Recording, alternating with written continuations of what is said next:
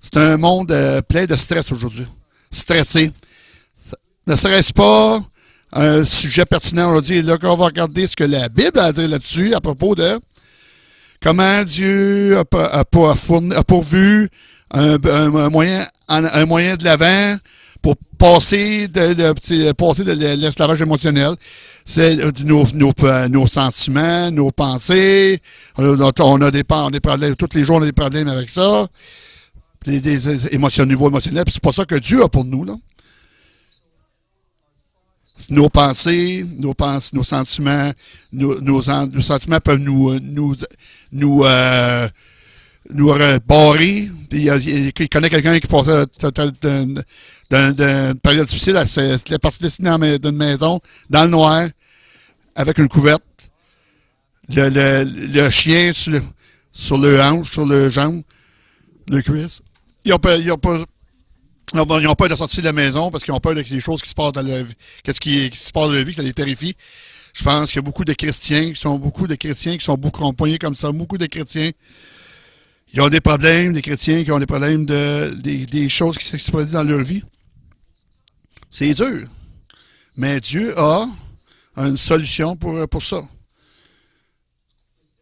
Si c'est vous, écoutez ce que j'ai à dire, écoutez la parole de Dieu. Quand vous allez arriver au bout de l'enseignement, Dieu peut fournir un moyen pour aller de l'avant, pour d'être libre des émotions, de l'esclavage des émotions. Ici, vous avez vu ma période de temps, de tous les sermons que j'ai préparés. Quand j'ai commencé, je n'ai pas commencé à la croix de Jésus. J'ai commencé dans le passé. C'est de notre passé, de beaucoup de choses qui affectent notre vie, ou des choses qui nous affectent beaucoup, qui proviennent, donc, des choses qui nous affectent. Il y a un chrétien, Caroline Lee, de l'Afrique du Sud, c'est une femme. Ça fait le lien. Ça fait le lien avec comment est-ce que la Bible nous enseigne comment est-ce que nos pensées affectent notre corps, puis il dit que 75 à 95%, les gens, qu'est-ce qu'ils vivent, un résultat direct de leur pensée, qu'est-ce qu'ils pensent d'eux-mêmes. C'est pas c'est les influences externes, c'est comment est-ce qu'ils pensent.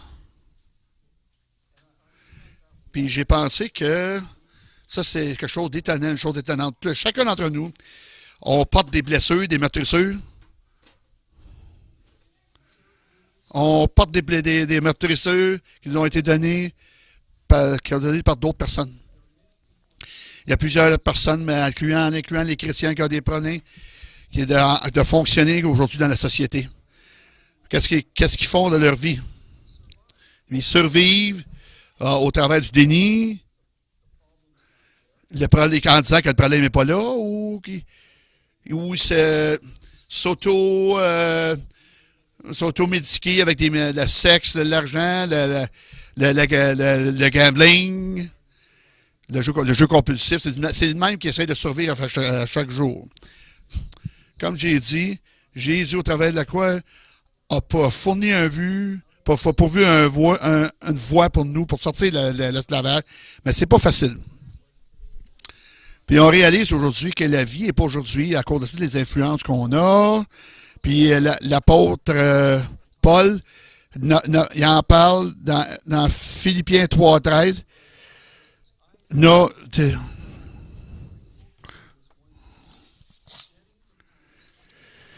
Mes chers frères et sœurs, je n'ai pas atteint mon but, mais je focus sur une chose. Oubliant tout ce qui est derrière, nous allons de l'avant. Si on focus rien sur notre passé, on n'ira pas de l'avant. Jésus nous a promis un bon avenir, un bon futur. Tout ce qu'on a à faire, c'est de le recevoir et puis vivre par ça. On a un passé de péché. Bon, on pêche pas maintenant, mais on pas de fixer et d'obséder là-dessus, parce qu'on sait ce que Jésus a fait sur la croix. Comment est-ce que Jésus a pourvu une voie pour nous? la croix. Jésus est mort sur la croix pour nous sauver de nos péchés. Puis en faisant ça, il a fait beaucoup plus. On est entré dans une nouvelle vie, dans une nouvelle réalité. Je me rappeler de mes autres sermons. Quand on était sauvés, notre esprit était renouvelé, mais pas nos âmes, nos pensées, nos volontés, nos émotions. Notre âme. C'est là que le problème est, là. Dans ce contexte-là, c'est quoi nos deux choix dans la vie? On peut choisir de vivre dans notre passé, puis vivre dans la ténèbre des péchés, puis on peut vivre dans la vie que Jésus a pourvu pour nous. Comme les enfants d'Israël qui erraient dans le désert, il y avait des problèmes, puis ils se demandaient, il y avait des problèmes, qu'est-ce qui se passait. Ils rebondissaient entre louer Dieu, en louant Moïse. Puis la prochaine affaire que tu sais, c'est qu'ils voulaient lapider Moïse. Puis regarde, on s'en revient de bord. Il était dans tout l'esclavage dans lequel il vivait. Dieu a secouru des gens. Puis c'est comme ça, mais Jésus a fourni une vie dans le temps de l'Exode. Il y a un point qui doit être adressé, là. On a à choisir que la vie a pourvu pour nous. C'est un choix. On peut vivre dans les ténèbres ou on peut vivre dans la liberté a pourvu pour nous.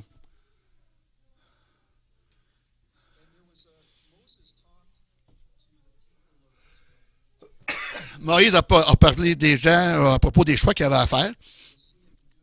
Vous allez voir dans Deutéronome 39.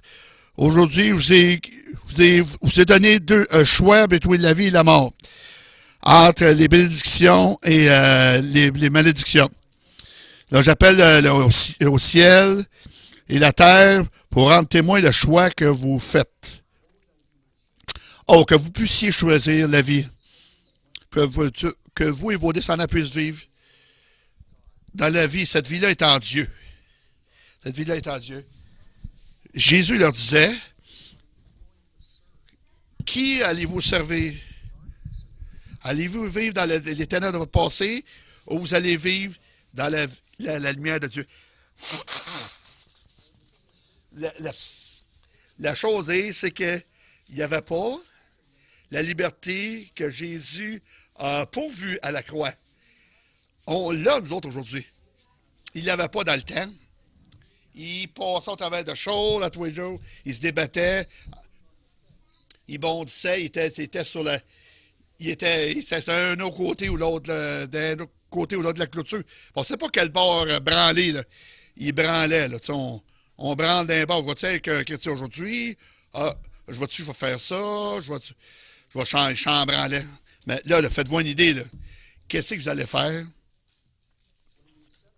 Quand on accepte ce que Jésus a fait sur la croix, quand on l'accepte en tant que sauveur, on choisit de soigner ce qu'il nous a pourvu. Pourquoi est-ce qu'on s'accroche tellement à des pensées négatives? Je ne sais pas si c'est pour vous, mais moi j'en ai. Les choses après m'arrivent, moi. C'est quoi ça s'est produit, ça? C'est dur de ne pas être en colère. C'est ce qu'on fait, à laquelle on a affaire à tous les jours. Là, on vit dans un monde déchu.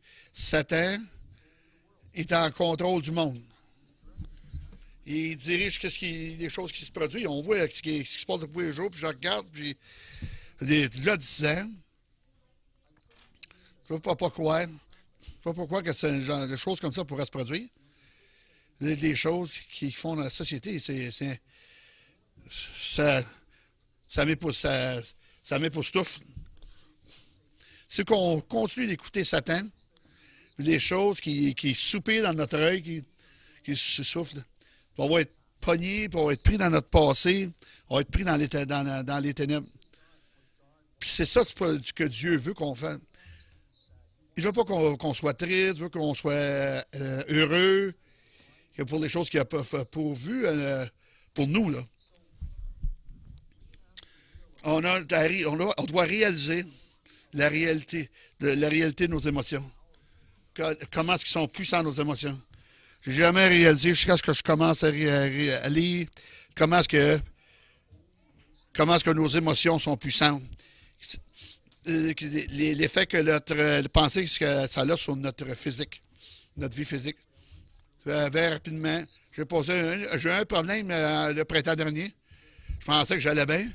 Je pensais que j'allais bien avec mes émotions.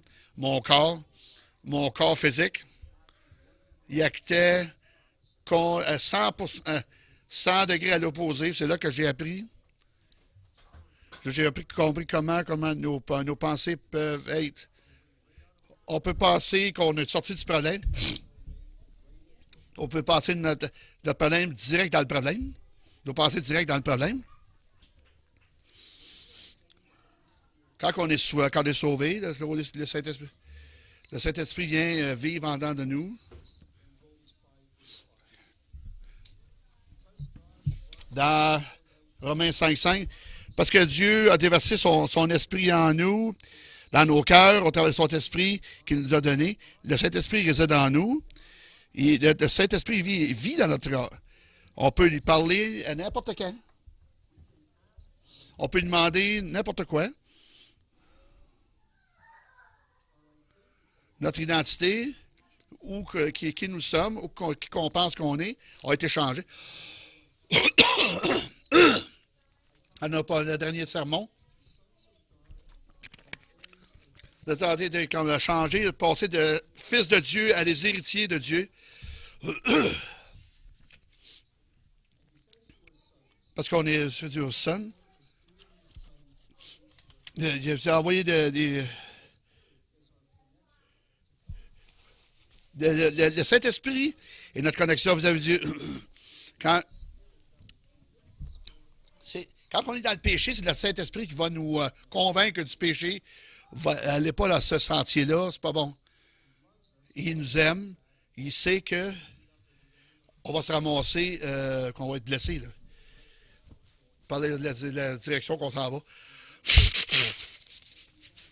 D'un autre côté, si on n'écoute pas Dieu, si on n'écoute pas Dieu vis-à-vis de sa parole, il va se reculer, il va prendre du recul, puis il va dire « Fais ce que tu veux ».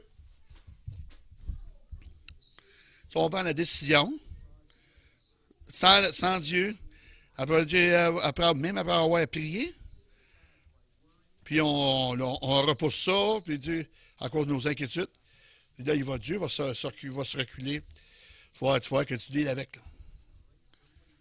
Est-ce que vous dites, ben des gens, est-ce que vous réalisez ça, là?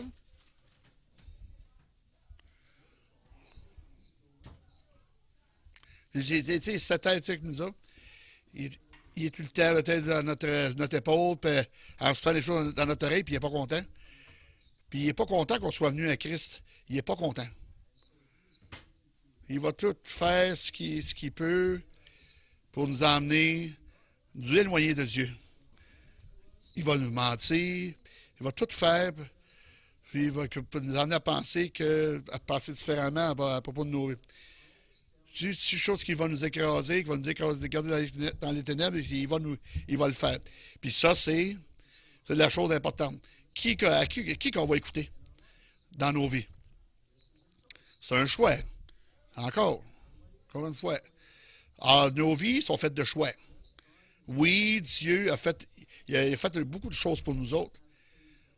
On a des choses qu'on a besoin de changer dans nos vies pour faire partie de vivre dans ce que Dieu nous a donné, ce que Jésus nous a donné à la croix.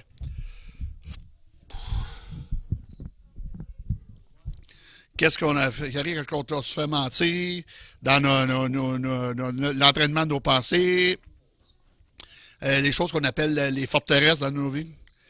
Ça, c'est un gros sujet. Moi, juste effleuré la surface.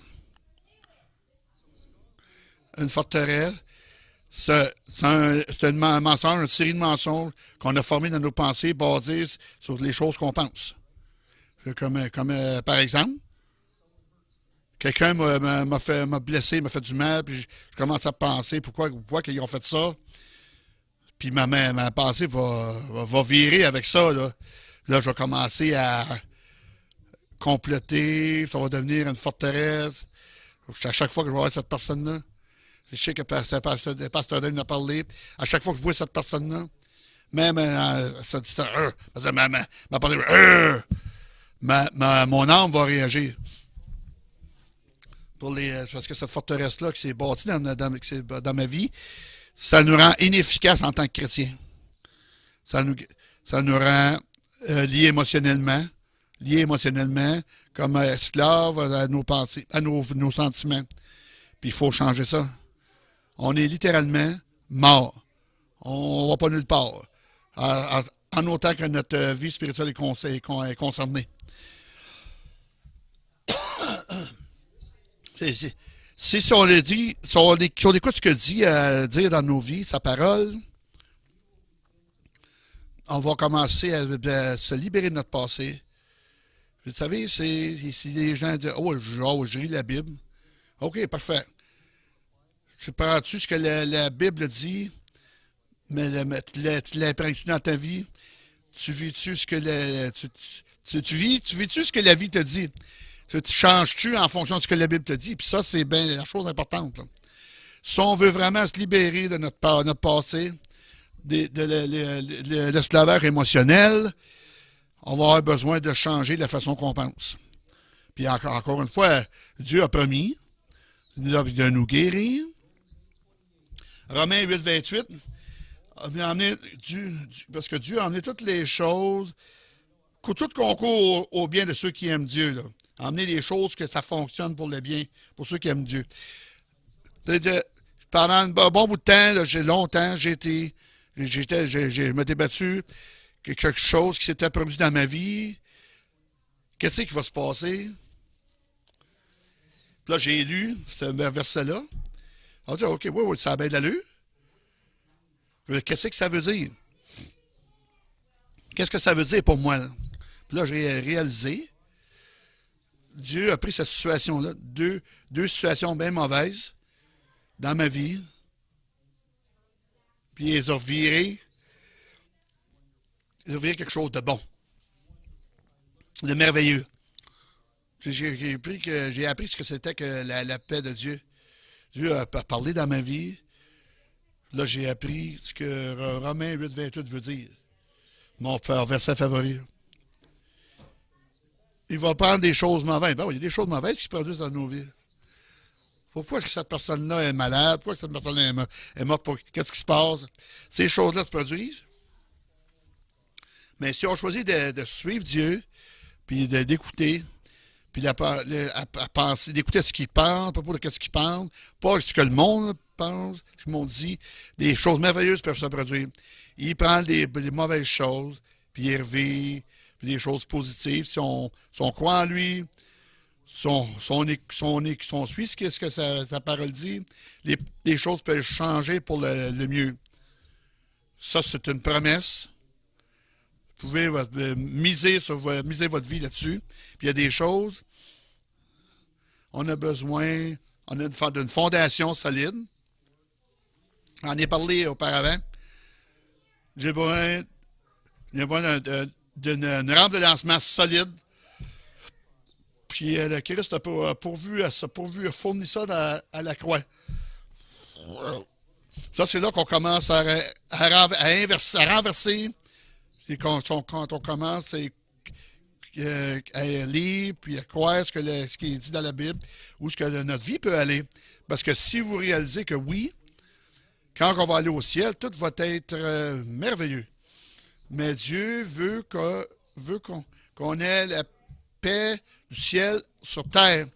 Il veut qu'on vit dans la joie, puis dans la liberté, puis dans la foi, dans une vie libre des influences de ce monde. C'est ça qu'il veut pour nous. C'est pas ce que Dieu veut pour nous autres. J'ai parlé de forteresse. On parle de quelque chose de négatif. Mais il y a des forteresses positives. Il y a des fois, la vie de Dieu, qu'est-ce qu'on pense, qu'est-ce qu'on lit dans notre Bible, dans la Bible, ça, c'est une forteresse positive.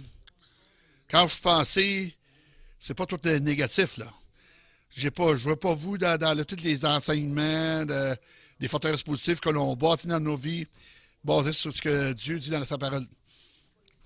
Il y a qui ont pensé à ça? On lit, puis on écoute, on entend des choses négatives, puis on pense.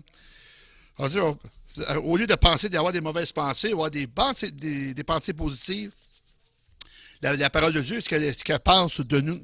On peut être rempli de succès, on peut être victorieux, on peut être libre.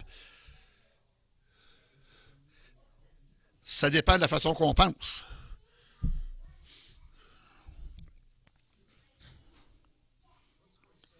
Tu dis, c'est que ça dit le 2 Corinthiens 10:4. Les armes de notre guerre ne sont pas de la chair, mais une puissance divine pour détruire des forteresses. Là, on parle de guerre spirituelle. La guerre spirituelle, c'est la façon qu'on pense, qu'on parle, comment on vit nos vies. On vit-tu comme chrétien? Montrer qu'il y a Satan, qu'on appartient à Dieu, qui est notre Père. Ou on vit à propos en accordance ce que le monde nous dit, en rapport avec ce que le monde nous dit. Est-ce qu'on peut détruire, on peut-tu détruire les forteresses négatives? Oui, on peut. Si on écoute la parole de Dieu, oui. On ne peut pas aller de l'avant quand on vit de la façon que le monde vit. Puis j'en ai parlé la dernière fois, comme que j'ai changé de... C'est des choses que j'étais habitué d'écouter, que j'avais l'habitude d'écouter, les places que j'allais avant. C'est toutes les places du monde. Je vous ai conté une histoire de ma vie. Ma mère écoute les nouvelles. Oh, Michael, c'est terrible, qu'est-ce qui se passe? Ben oui, mais tu sais quoi? Pourquoi tu regardes t'écoutes la TV avec ces nouvelles-là? Puis elle dit, regarde, qu'est-ce qui se passe, là, Michael? Je m'en fous. Je m'en fous. Oh, tu sais, ça va tout être négatif. Oh, blablabla, la bougonne. Blablabla. Oh, la Bible dit que tu devrais savoir ce qui se passe. Pas au point, là, tu commences à t'inquiéter, puis à faire du mauvais sang, puis que tu tombes en bas de ta chaise. Hein. Faut que tu penses un petit peu, là, tu sais, c'est important. Là. Fait que c'est ça. Ça, c'est une autre décision. Puis j'aime ça parler de décisions, faire des choix. C'est une chose qu'on a à faire dans nos vies. Il faut qu'on médite la parole de Dieu. Comment est-ce qu'on peut s'accrocher quelque chose, d'une fondation dans nos vies, si on ne prendra pas la Bible et lire ce que ça a à dire. On va penser ce que le monde nous dit, les nouvelles, les films, nos amis, le commérage, des mensonges, des nouvelles fausses. C'est-à-dire bien énorme. Toutes les choses, des informations négatives. On doit choisir ce qu'on écoute. À partir de là, on peut commencer à bâtir une fondation positive, c'est forte, que Jésus nous a donné sur la croix, que la Bible nous enseigne.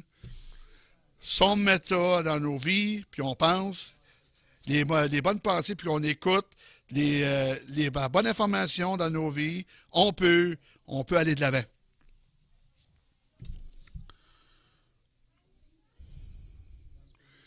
Ça, c'est mon prochain point. D'aller de l'avant. Relâcher le passé, se détacher du passé. Ça, c'est un point critique dans nos vies, dans notre cheminement. D'aller de l'avant. Pas de rester dans le passé.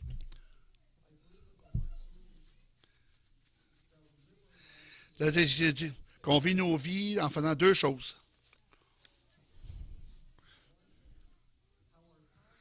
Nos vies passées, comment est-ce que ça a bâti nos vies, façonné nos vies, puis comment est-ce Comment est-ce qu'on réagit vis-à-vis de l'adversité? Qu'est-ce qui arrive dans notre passé? Qu'est-ce que ça nous fait? Puis comment ça nous amène à répondre? Et qu'est-ce qui arrive ou qui se produit aujourd'hui? Le résultat, ces deux facteurs-là, c'est le manque de pardon. Est-ce que la Bible nous dit de vivre dans le manque de pardon? Non. Il faut pardonner. Il faut pardonner pour aller de l'avant. Puis si on ne peut pas pardonner des gens qui nous ont blessés, vous avez 40 ans passés, ou vous avez 10 minutes passées, on n'ira pas de l'avant dans l'amour de Dieu. La Bible est bien claire là-dessus. La Bible est bien claire là-dessus.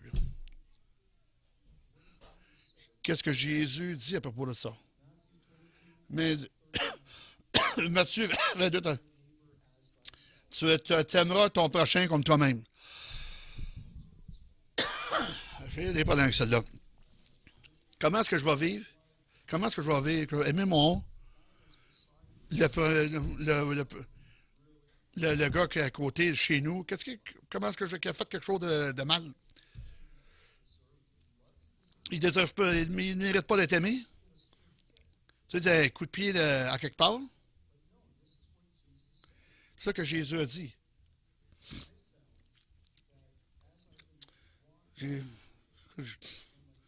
J'ai marché dans ma vie chrétienne, dans ma marche de ma vie chrétienne, de ne pas être capable de pardonner d'autres personnes.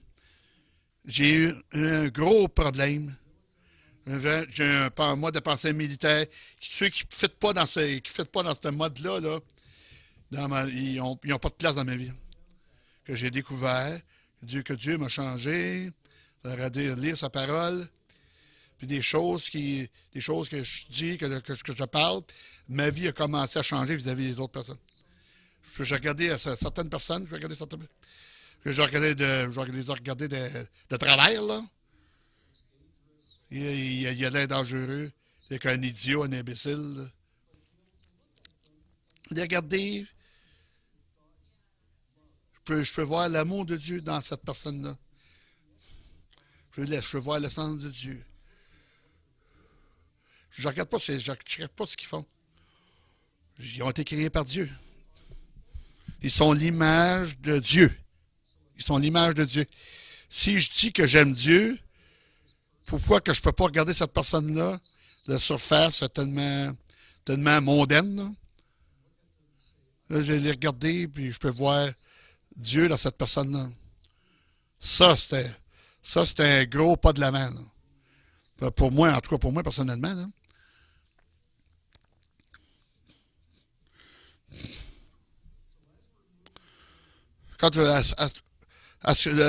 Pendant qu'on m'ouvre de l'avant, là, ça dit dans Matthieu, il est bien clair, il faut pardonner. Si vous pardonnez ceux qui ont péché contre vous, votre Père Céleste vous pardonnera.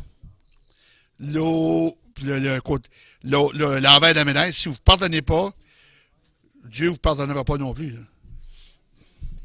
Vous avez partir de ce point-là, dans votre vie spirituelle, vous n'allez pas nulle part.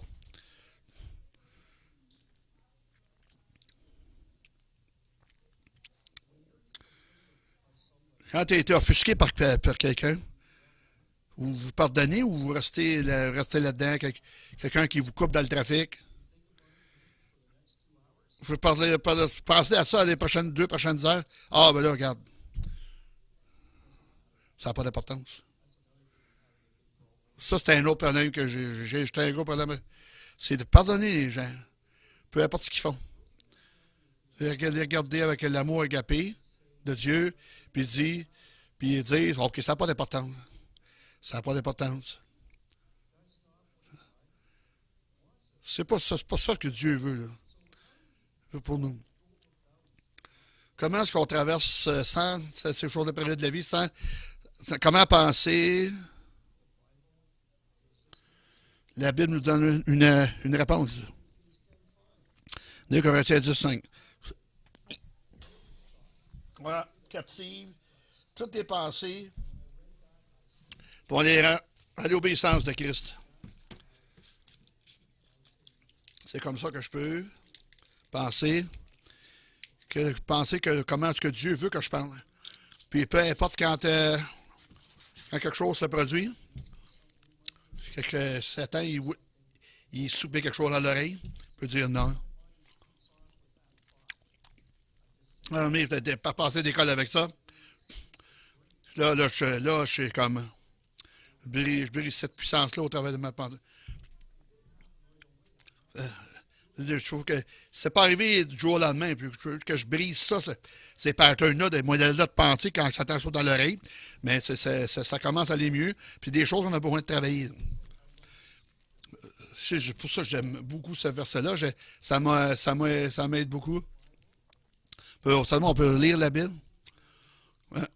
Un verset en particulier nous parle, parce que sur certains points, dans certaines saisons dans nos vies, quand on va de l'avant, tout ce verset-là, il y a bing! La lumière, ça flash, ça brille. Oh! Ah, je vois ce que ça veut dire, là.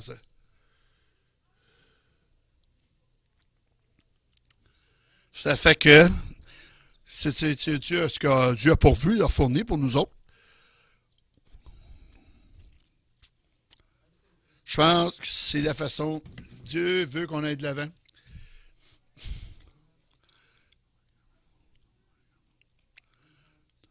C'est ça, on a besoin de passer de supplanter de tout ce qui passe dans notre passé, puis de laisser que Dieu nous montre l'amour au travers qu'il y a, à travers des autres personnes qu'il y a pour nous autres. On est capable de courir la course que Dieu a pour nous. Point 6.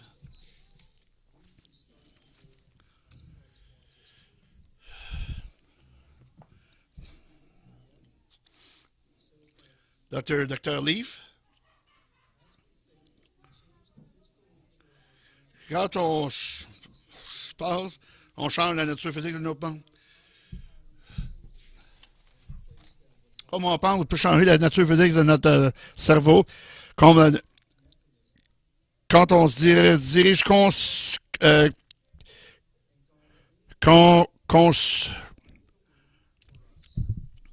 consciencieusement de nos pensées, nous pouvons toutes diriger nos pensées toxiques et penser, les remplacer vers les pensées toxiques. Si on aime Dieu, si on veut vivre notre vie, la Bible fournit un mode de pensée, c'est pas de la science. Même ça va être mieux que ce que 500 séminaires qui pourraient nous donner. Là. La parole va vous dire, pas dire d'arrêter d'aller aller au séminaire. Là. Non, je vais mettre ça au clair. Là. L'apôtre Paul, Philippiens 4.8. Finalement, je ferai ça. Peu importe ce qui est vrai, qu'est-ce qui est noble, peu importe ce qui est vrai, peu importe ce qui est pur, peu importe ce qui est aimable, peu importe ce qui est admirable, et toute chose n'importe quoi qui est excellent, digne de louange, pensez à toutes ces choses. Pensez pas là, aux 500 personnes qu'on a tuées à Karachi dans une attaque terroriste. Pensez pas aux gens. Les gens qui meurent des attaques terroristes. Hein. Pensez pas à l'économie. Tu penses pas toutes les nouvelles du garage qui nous bouleversent. Il en tient rien qu'à vous. Ma vie était beaucoup mieux sans penser à toutes ces mauvaises nouvelles. Ça n'a pas un impact direct sur ma vie. Qu'est-ce qui a un impact direct? C'est le Dieu.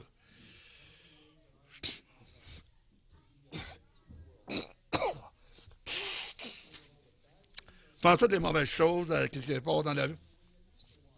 Je vais passer ma vie avec un air froncé dans ma face.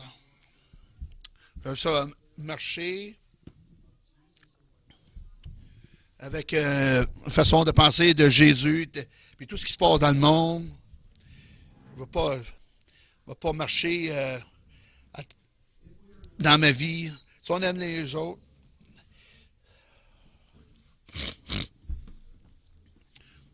On parle d'un trait de caractère qui manque beaucoup. Là. Philippiens 2, verset 3-4.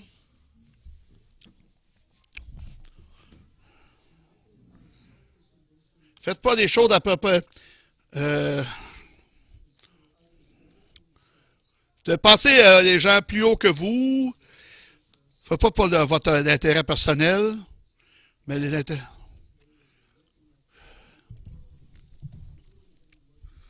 Qu'est-ce qu'il regarde?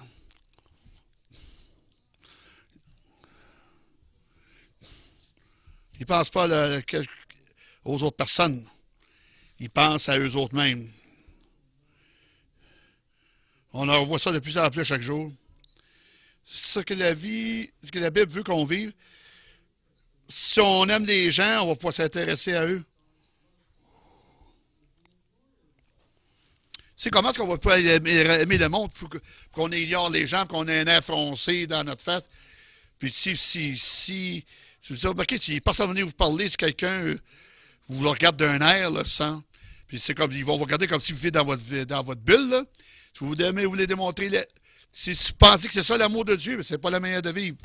Vous devez montrer votre visage au monde.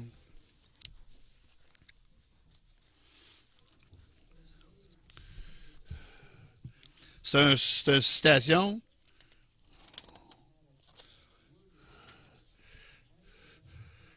Quelqu'un comme un homme pense. Puis j'ai été sur Google. Il y a un livre. Il y a un livre de James Allen. Dans son livre, comme un homme pense. Un homme est fait pas fait de lui-même. Dans l'armurerie de ses pensées qu'il forge, les armes qu'il détruit lui-même, il façonne les outils qu'il construit pour lui-même, des manoirs célestes de joie et de se penser. Mais ça a attiré mon attention. De la façon qu'on pense, on peut vivre dans les ténèbres. On peut vivre dans les ténèbres du monde, en dehors du Christ. Puis qu'est-ce qu'il veut pour nous, comment est-ce qu'il veut qu'on vit. Puis quand qu'on marche dans nos vies, l'étape importante numéro 7, la vie de liberté. Est-ce que certains d'entre vous ont vu des chrétiens qui vit comme un chrétien? Ils sont calmes. Ils n'ont pas l'air particulièrement inquiétés. Ils semblent avoir cette tranquillité à propos d'eux-mêmes. Il y a quelque chose de spécial au propos de cette personne-là. Je ne parle pas juste vous parler de moi-même. Ma mère, elle a 94 ans. Quand elle sort, dans l'aéroport à Fort Lauderdale, à Tim Horton, vous êtes tellement belle. Vous êtes tellement un air de sentiment de paix à propos de vous. C'est une chrétienne, c'est l'amour de Dieu. Sa vie comme un enfant de Dieu. Les gens vont, wow! Quand j'ai vu ça, je n'ai pas réalisé ce que c'était. C'est une gentille dame. Quand comme j'étais, quand les parents vivent éloignés de nous, on ne voit pas nos parents. Pas beaucoup. Mais elle était avec moi depuis, ça fait 3 ans. Je vois vraiment. C'est la vie de Dieu, là, comme ça que je la vois, avec la vie comme chrétien.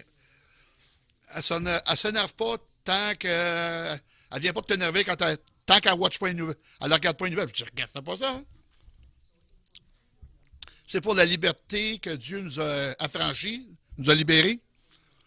C'est des choses qu'on a faites. On n'a pas besoin d'aller faire une marche longue. pas travailler pendant des années. On n'a pas besoin de faire quoi que ce soit. La liberté est nôtre si on choisit. C'est important aujourd'hui. Comment allez-vous vivre votre vie? Allez-vous la vivre comme chrétien? Comme quelqu'un qui vit dans le monde. Ah ouais, je suis un chrétien, mais moi je vais à l'ouvrage, puis je commère, je fais du commérage, tout ça. Puis allez, ils vont vous regarder, puis ouais, c'est exactement comme moi. Hein. C'est votre chrétienté, votre ami veut rien dire. Vous n'êtes pas un témoin, que vous vivez comme le monde. C'est qu'un mensonge. C'est ce qui est les choses qui ont été faites pour nous autres. Amen. Finalement, Proverbe 3, 23, 7, c'est quelqu'un qui pense, la façon qu'il pense, c'est comme ça qu'il devient.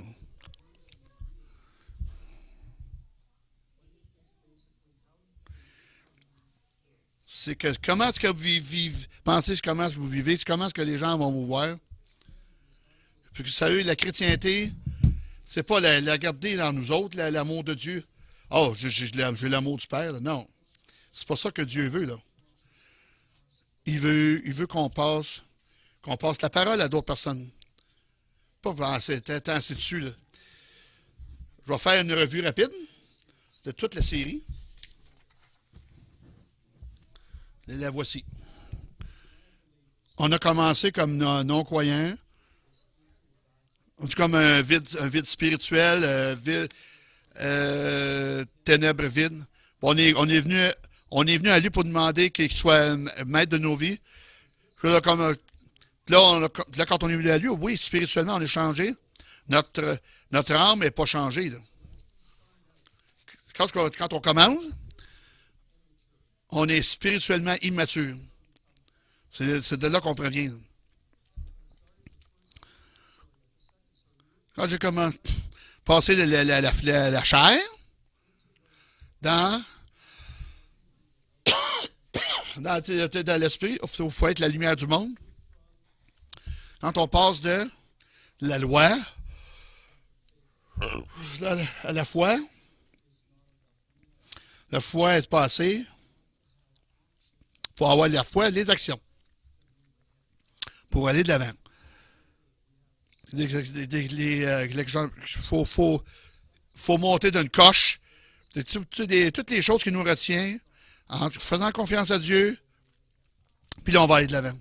Finalement, aujourd'hui, l'esclave émotionnel à la liberté, vous êtes qui vous pensez que vous êtes.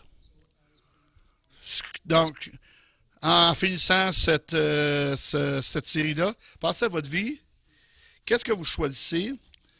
Êtes-vous un chrétien charnel qui parle pour parler? Ou êtes un chrétien réel qui parle pour parler puis qui marche dans la marche? Amen. Levez-vous, s'il vous plaît. Mettez votre main droite sur votre cœur. Seigneur Dieu, dans le nom de Jésus, on te remercie pour la parole que tu as pour vous, c'était pour nous, dans la Bible.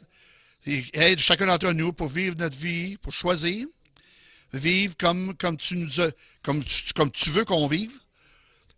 Aide-nous à choisir la vie, la lumière.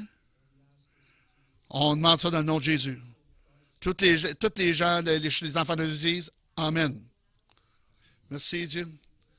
Merci, soyez-vous. Moi, je voudrais juste remettre l'emphase. La chose la plus importante. Être pogné, si vous ne l'avez pas pogné, cette chose qui parle des forteresses. Hein. Les forteresses, c'est un système de pensée, un groupe de pensée. Je vais vous montrer comment est-ce que ça marche.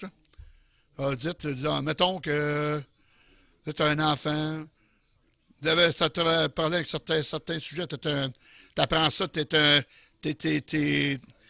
poches dans tel sujet, t'es pas bon dans des examens. Tu me demandes, je ne pense pas que tu voyais un bon étudiant. C'est une deuxième pensée. Je ne suis pas sûr. Pas sûr que tu as ce qu'il faut pour aller à l'université. Puis, tu sais, toutes ces pensées-là individuelles, c'est follement pensé, puis c'est formé ensemble, puis ils sont attachés ensemble, ça forme une forteresse. Puis, tu sais, papier, puis de la colle, puis tout l'assembler, couche après couche, puis ça devient super dur. Toutes ces petites pensées-là en eux-mêmes, ah, c'est juste une pensée stupide.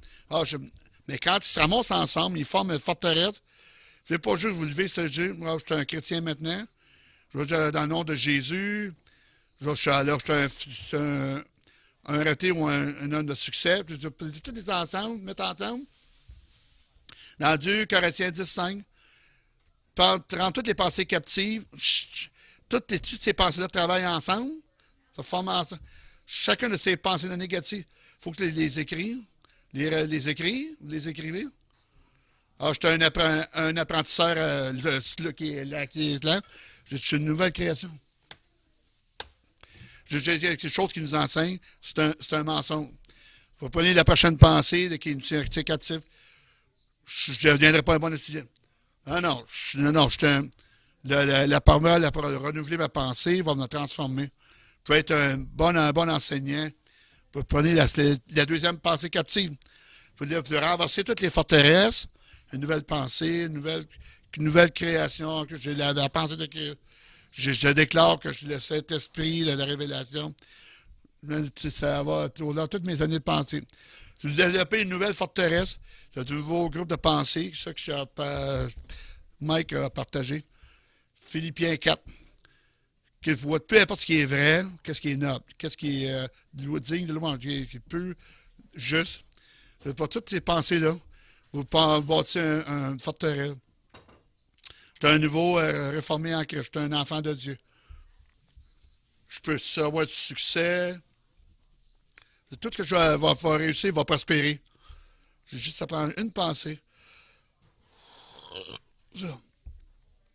Vous devez passer une nouvelle forteresse. C'est pour ça que la parole de Dieu est tellement importante de rebâtir toutes les pensées négatives, les forteresses négatives, que Dieu devienne forteresse.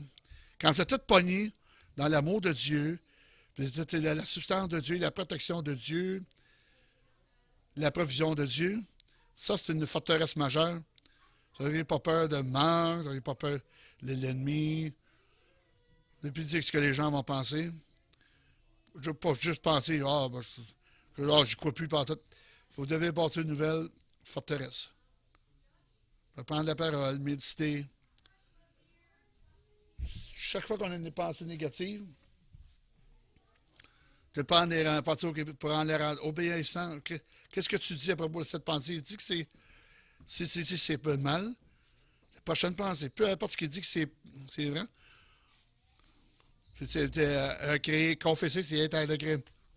Si c'est un mensonge, cette pensée-là, c'est un mensonge. Peu importe ce que je dis, vous avez entendu encore, vous pensez toujours, je ne réussi rien, je suis un raté, je suis rejeté, je ne suis pas acceptable, je ne suis pas aimable, je n'aurai jamais de succès dans ma vie.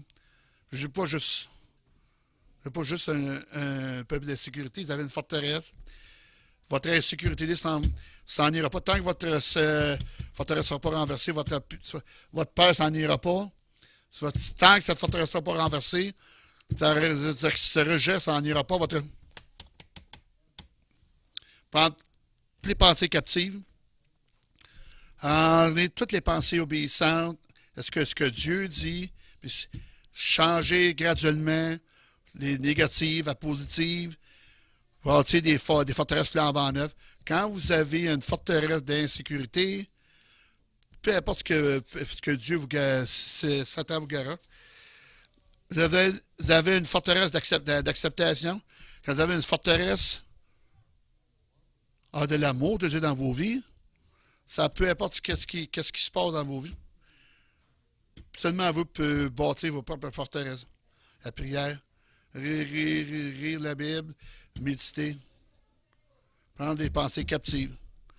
Prendre cette pensée-là obéissante à la parole de Dieu, parce qu'un mensonge, ça inclut, peu importe toute pensée, C'est un mensonge, c'est maléfique ou immoral. C'est que les choses qu'on bâtit, Dieu dit, j'ai un plan pour toi, te prospérer, un espoir pour le futur. Vous savez, j'ai 60, 65, c'est un mensonge. Mais peut-être 60, 65. Mais le mensonge est, vous êtes limité. Josué, Caleb, il avait 80 ans. J'ai pas eu ma montagne encore. J'ai pas eu ma montagne. Montre-moi ce qu'elle est. Il a pas cédé au mensonge. T'es encore là. Ça, c'est un mensonge. Mais peut-être que vous êtes vieux.